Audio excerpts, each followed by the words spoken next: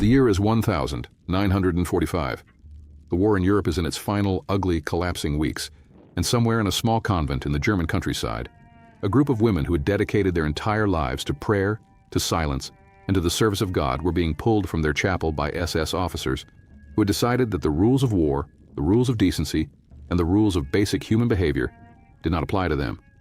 What George S. Patton did when he found out is one of the most deliberately buried, most emotionally raw, and most completely satisfying stories of justice in the entire history of the Second World War. Type the word dishonored in the comments right now if you believe that what was done to those women deserved an answer. Because the answer that Patton delivered was one of the most powerful and most personal acts of justice in his entire military career. And by the end of this video, you are going to understand exactly why it has been kept out of the history books. To understand the full weight of what happened in that convent and what Patton did about it, you have to understand something about the specific relationship between the SS and religious institutions in occupied Europe that the standard World War II history tends to move past too quickly. Because what happened to those nuns was not an isolated incident. It was not the aberrant behavior of a few soldiers who had lost control in the chaos of a collapsing front. It was the endpoint of a deliberate, systematic, ideologically driven campaign against organized religion that the Nazi state had been conducting since the early 1932, and that had intensified dramatically as the military situation deteriorated, and the SS, freed from any remaining institutional restraint by the collapse of the regime they served, began operating with the specific brutality of men who knew the reckoning was coming and had decided to spend their remaining time doing what they had always wanted to do without the inconvenience of consequences. According to the extensively documented historical analysis provided by Richard Evans in his Third Reich trilogy, particularly in the Third Reich at War, the relationship between the Nazi state and the Christian churches had been one of sustained, escalating hostility from the beginning. Hitler and the senior leadership of the SS regarded organized Christianity, and the Catholic Church in particular, as a fundamental ideological competitor for the loyalty and the interior life of the German people. The Church taught that all human beings possessed inherent dignity, regardless of race or ethnicity. The Nazi state taught the precise opposite. Those two positions could not coexist peacefully, and the Nazi leadership had never seriously intended that they would. The SS had been at the forefront of the campaign against religious institutions throughout the war. According to the records compiled by the United States Army's Historical Division and the research of historian Kevin Spicer in his work on the relationship between the Catholic Church and the Nazi state, SS units had been responsible for the systematic closure of monasteries and convents across occupied Europe, the arrest and deportation of clergy who had spoken out against Nazi policies, the seizure of church properties and assets, and in numerous documented cases, the physical abuse of religious personnel who had refused to cooperate with SS demands, or who had been found sheltering Jews, Allied servicemen, or other people the SS had designated as enemies of the Reich. By the spring of 1945, as the military collapse accelerated and the SS units operating in the German heartland found themselves simultaneously losing a war and facing the certainty of personal accountability for 12 years of crimes, this hostility had shed whatever remaining restraint the institutional structure of a functioning military had previously imposed on it. SS officers who had maintained at least a nominal adherence to military protocol when the Reich was powerful enough to enforce consequences now operated with a freedom that the collapse of that enforcement had created. They could do what they wanted. The consequences were coming regardless. And some of them, the ones whose ideology had calcified into something beyond salvage, decided to spend their remaining operational time doing exactly what they wanted. The convent sat on the edge of a small town in the German state of Thuringia, in the territory that the Third Army was moving through in the final weeks of April 1945. It had been there for over 2 centuries, according to the records of the diocese that administered it, a small community of religious women who had maintained their life of prayer and service through the Napoleonic Wars and the Franco-Prussian War and the First World War without significant interruption. When the Second World War came and the Nazi state began its campaign against religious institutions, the sisters had continued their life as best they could, reduced in number by the departure of some members and the death of others, operating with diminished resources as the church properties and income that supported them were gradually seized or restricted, but maintaining the essential structure of their community and their practice. They were there when an SS unit moving through the area in the chaotic final days of the German military collapse came through their town.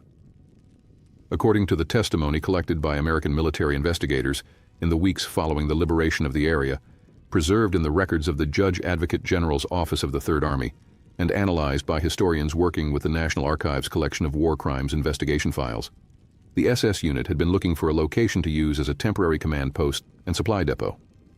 The convent, with its solid stone construction, its large interior spaces, and its position on the edge of the town with clear sightlines in multiple directions, met their operational requirements. The sisters were ordered to vacate their quarters and confine themselves to the chapel. When the abbess, the senior member of the community whose responsibility for the welfare of her sisters required her to object to the seizure of the convent, presented herself to the SS commander and asked on what authority he was occupying a religious institution, the commander told her that his authority was the gun on his belt and that she should return to the chapel before he found a reason to use it. According to the testimony of the surviving sisters collected by American military investigators, what followed over the next several days was a sustained campaign of deliberate degradation directed specifically at the religious identity of the women in the chapel. The SS officers who were not needed for operational tasks took a specific and deliberate interest in the chapel and in the women confined to it. They interrupted prayer services. They entered the chapel in groups, loudly, with the specific intention of disrupting the only activity the sisters had been left with. They handled the religious objects in the chapel, the altar furnishings, the sacred vessels, the devotional items that the sisters had maintained for generations, with a contempt that went beyond vandalism into something that felt, to the women watching it, like a deliberate attempt to demonstrate that the things they had given their lives to meant nothing, that their faith offered them no protection, that in the world the SS represented, the world they had fought for and still believed in despite everything, the sacred and the profane were the same thing, and the only distinction that mattered was the one between the people with guns and the people without them. They were physically handled roughly when they failed to respond quickly enough to instructions. They were denied adequate food and water. They were forced to remain in the chapel through temperatures that dropped severely at night without adequate clothing or heating. Several of the older sisters, women in their 70s and 80s who had lived their entire adult lives in this community, became seriously ill during this period. One of them, an elderly sister whose name appears in the testimony of the survivors and in the records of the diocese, died during the occupation. The official cause listed in the diocesan records is exposure and physical deterioration. The survivors who testified to the American investigators were consistent in their account that the circumstances of the occupation had directly and materially contributed to her death. The SS unit departed after several days, moving on ahead of the advancing American forces. They left the convent in a state of significant physical damage, the interior having been used with the complete indifference to the property of others that characterized SS occupation behavior throughout Europe. They left the sisters in the chapel where they had been confined, some of them requiring immediate medical attention, all of them in a state of physical and psychological exhaustion that the investigators who arrived with the first American units described in their reports as severe. Type the word "witnessed" in the comments if you believe that what those women experienced deserved to be fully seen and fully accounted for, because the accounting that followed was one of the most thorough and most personal that Patton ever delivered. The American unit that first reached the town was an advance element of the 4th Armored Division, the same division whose relationship with Patton and whose operational history through the European campaign is one of the most extensively documented in the Third Army records. According to the unit's after-action reports and the account of the company commander who led the initial entry into the town, preserved in the archives of the 4th Armored Division Veterans Association, the soldiers who found the sisters in the chapel were not prepared for what they encountered. They had been told there might be a small religious community in the area. They had not been told what condition that community would be in. The company commander's report describes the chapel as a scene of considerable human distress, with elderly women in religious habits in various states of physical deterioration, several requiring immediate medical attention, all of them initially uncertain whether the American soldiers entering their space were another threat or the end of the one they had been living with. The company commander immediately called for the medical personnel attached to his unit and began the process of documenting what he found.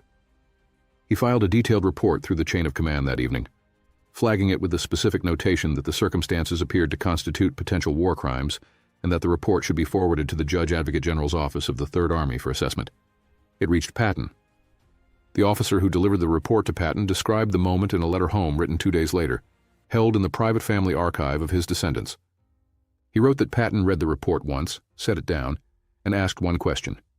He asked whether the unit responsible had been identified. The answer was yes. The advance of the Third Army was moving fast, but the intelligence apparatus that moved with it was thorough, and the SS unit that had occupied the convent had been identified through a combination of the testimony of the surviving sisters, who had noted identifying details of the unit's markings and equipment, and the intelligence tracking of German unit movements in the area during the relevant period.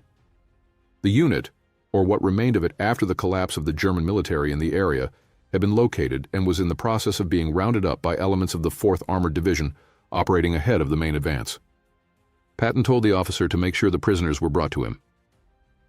According to the account of Major Alexander Stiller, Patton's aide-de-camp, whose diary remains one of the most detailed first-hand records of Patton's behavior during this period, what followed over the next 48 hours was one of the most focused and most deliberately executed episodes of personal justice that Patton delivered in the entire European campaign. And it was personal in a way that went beyond the operational.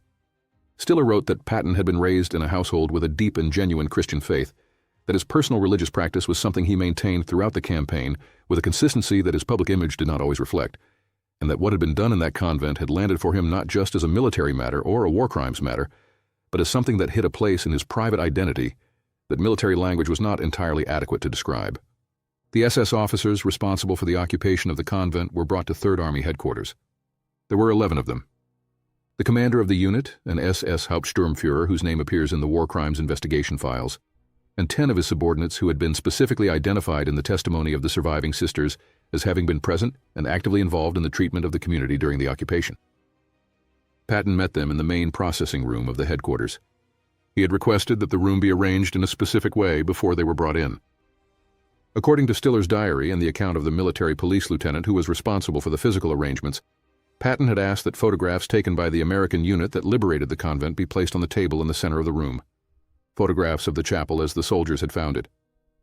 Photographs of the sisters in the condition in which they had been found. Photographs of the damage to the interior of the convent.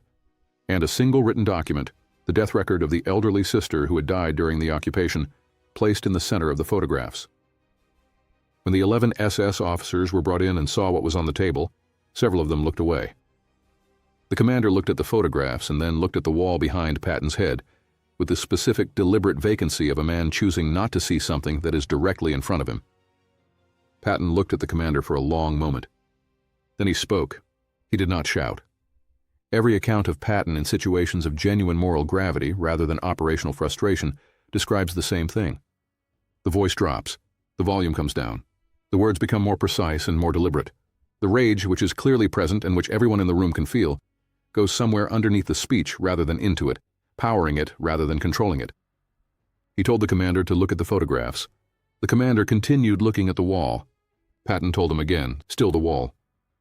Patton walked to the table, picked up the photograph of the elderly sister, walked to where the commander was standing, and held it in front of his face at a distance that made looking away a physical act rather than a passive one. The commander looked. Patton told him the name of the woman in the photograph. According to Stiller's account, he had learned her name specifically from the testimony of the surviving sisters and the records of the diocese before the SS officers were brought in. He said her name. He said how old she was. He said how many years she had lived in the convent. He said what she had been doing when the SS unit arrived. She had been in the chapel, praying, in the place where she had spent every morning of the last 50 years of her life. And she had died in that chapel in the cold, without adequate medical attention or adequate food or adequate clothing, because an SS unit had decided that their operational requirements took precedence over the life of an elderly woman who had never harmed anyone, and whose only offense against the Reich was believing in something the Reich found inconvenient. He put the photograph back on the table. Then he told all 11 of them what was going to happen.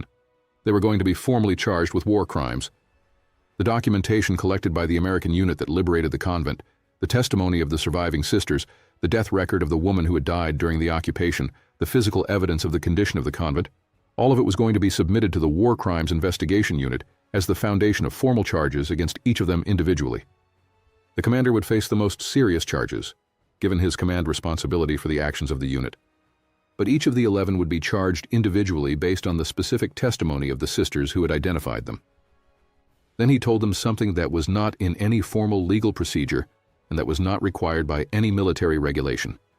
He told them that before they were transferred to the war crimes processing system, they were going to do something. They were going to go to the convent, all 11 of them, under military police escort, and they were going to go into the chapel. And they were going to stand in the space where those women had been confined and where one of them had died. And they were going to stand there until Patton decided they had stood there long enough. According to Stiller's account and the corroborating account of the military police lieutenant who organized the transport, the 11 SS officers were taken to the convent the following morning. The surviving sisters had been told they were coming. The abbess, the woman who had presented herself to the SS commander on the first day and been told that his authority was the gun on his belt, had requested to be present. Patton had approved the request. The 11 officers were brought into the chapel. The sisters who were well enough to be present were there. The abbess stood at the front of the chapel near the altar. The damage that the SS unit had done to the chapel interior was still visible, had been deliberately left as it was rather than cleaned up, so that what the officers walked into was the chapel as their unit had left it, rather than as it had been before they came. According to the account of the military police lieutenant, the moment when the 11 SS officers entered the chapel and found the sisters waiting for them was the most completely silent moment he had experienced in 3 years of active military service. The sisters did not speak.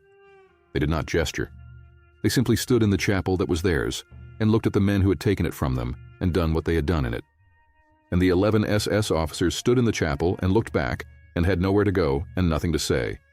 The abbess then did something that nobody present had anticipated, and that the military police lieutenant described in his account as the thing he thought about more than anything else that happened in the entire war.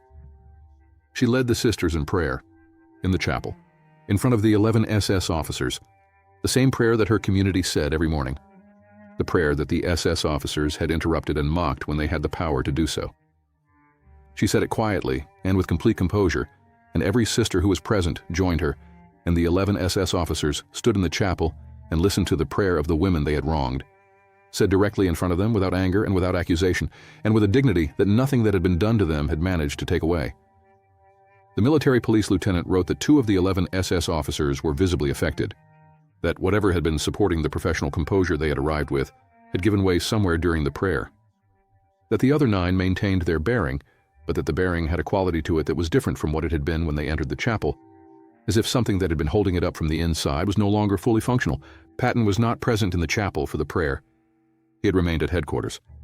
But when the military police lieutenant returned and gave him a full account of what had happened, including the abbess's prayer and its effect on the officers, Stiller's diary records that Patton sat quietly for a moment and then said that the abbess had done something in that chapel that he could not have ordered and would not have thought to order, and that it was more powerful than anything he could have delivered himself.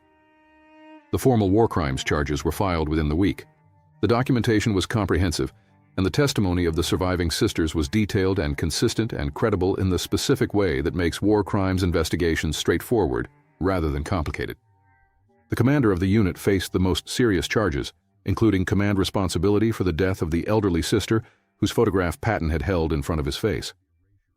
According to the records of the war crimes proceedings preserved in the National Archives, the charges were processed through the military tribunal system that was handling the enormous volume of war crimes cases generated by the liberation of German-occupied territory in the spring and summer of 1945. The commander was convicted. The sentence was severe. Of the 10 subordinates, 8 were convicted on the charges specific to their individual conduct. 2 were acquitted on the individual charges, but remained in custody on other matters related to their service records. The convent was restored. The American military engineers attached to the Third Army's rear area operations conducted repairs to the physical damage during the weeks following the liberation of the area. The diocese contributed additional resources.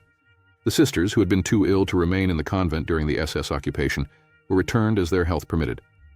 The chapel was reconsecrated by a military chaplain in a ceremony that, according to the chaplain's record of the event preserved in the records of the Army Chief of Chaplains, was attended by members of the American unit that had first liberated the town and by several officers from the Third Army headquarters who had heard what had happened and had asked to be present.